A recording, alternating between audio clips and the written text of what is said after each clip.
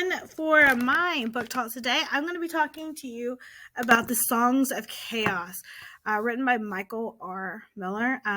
Currently, this is a 3-book series, but it's going to be so much more.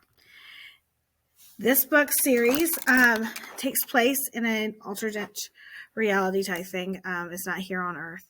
It follows the story of Holt, as you can see on our covers, and his dragon Ash. To give you a little bit of backstory about the world that Holt lives in, I want you to think of kind of like medieval times. That's about technology advances this area is. And we're in a land of lords and ladies and cooks and the lowly born and all of that fun stuff. And Holt is the son of a cook, which to mean he's not very high up on the list.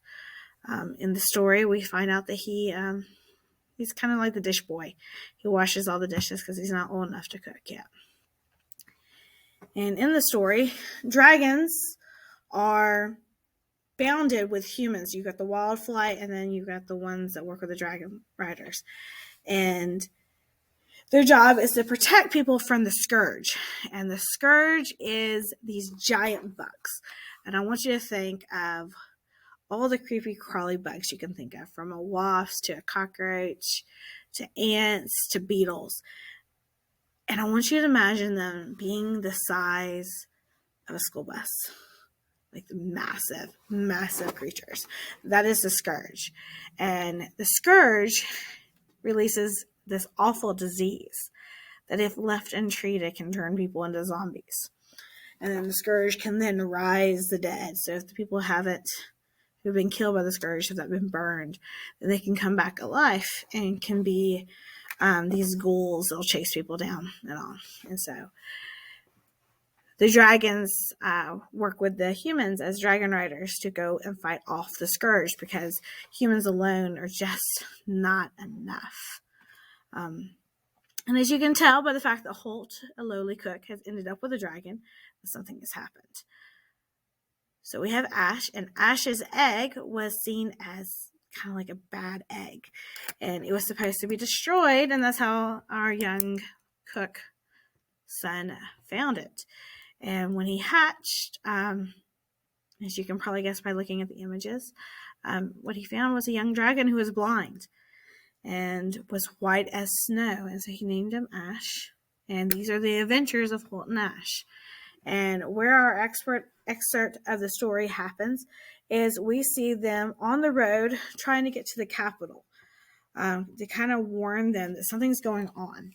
The scourge is acting funny, and things aren't what they seem. And so what we see is it's Ash and Holt, and they're on the road with Master Broyd, who is now a dragonless rider. His dragon had been killed. And then Princess Talia and her dragon Pyra, who have gone to try to help fight. So here we are. Before Holt considered it further, the pull across the dragon bond became too much to resist. He wrestled himself from observing the battle and ran for Ash, finding the dragon hiding under a weapons cart and shaking like a traumatized little cat. "Hey, it's okay. Holt reached out a hand for Ash to sniff and find. Ash pressed his snout into Holt's palm and the scattering wild beating of the bond calmed, but not by much. Holt gulped, unsure what to do to help. "What happened to that fierce dragon who helped me move the giant table in the kitchens?" Ash growled, but said nothing. "And when I trained with Master Broyd, you told me to prove them wrong. Where's that dragon now?" A fresh tremor ran down Ash's spine and through his tail. I'm not ready to fight." "You won't have to fight them." Ash froze. His whole body went stiff. "Holt, the scourge are close." "What? They're coming fast." "How can you tell?" But before Ash could say anything, the remaining soldiers guarding the baggage train called out to each other, "Scourge approaching! Ready yourself!" Holt ran out to see for himself. This couldn't be. The scourge? They're drawn to the densest collection of people, to cities and armies. Their swarms don't think strategically. Yet the moment Holt returned to his previous spot and looked across the battlefield before Midbell, he saw the truth for himself. A line of shambling ghouls had broken off from the main swarm, scores of them, and they were moving at speeds no human could maintain if alive. They were heading right for Holt and the baggage train.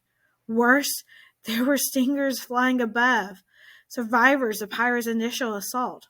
Holt searched desperately for the purple dragon, but Pyra and Talia were pursuing the giant flayer and hadn't even realized that these had sprung away. More scourge separated from the main flank host, flanking the infantry, heading for the exposed archers. No one had thought that this would be dangerous.